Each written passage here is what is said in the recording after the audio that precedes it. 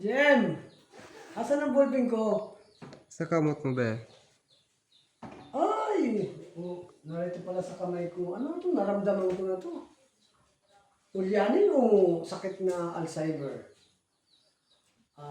Yan ang tatalakayan natin sa oras na ito.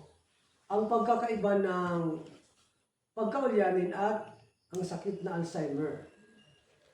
Ang ulyanin ay isang termino sa Tagalog na maaaring tumukoy sa pagiging malilimutin o sa English, senile, at maaari ring iugnay sa sakit na Alzheimer. Gayunpaman, hindi lahat ng pagiging ulyanin ay dahil sa Alzheimer, dahil may ibang mga dahilan din tulad ng pagtanda, stroke o iba pang mga karamdaman. Sa Tagalog, ang ulyanin ay may mga kahulugan tulad ng makakalimutin, lalo na sa mga matatanda. Sa English naman, yung senile, may kaugnayan sa pagiging matanda o may sakit sa Alzheimer. Ang sakit naman na Alzheimer ay isang uri ng dementia na nakaapekto sa memorya, sa pag-iisip at pakikisalamuha sa iba.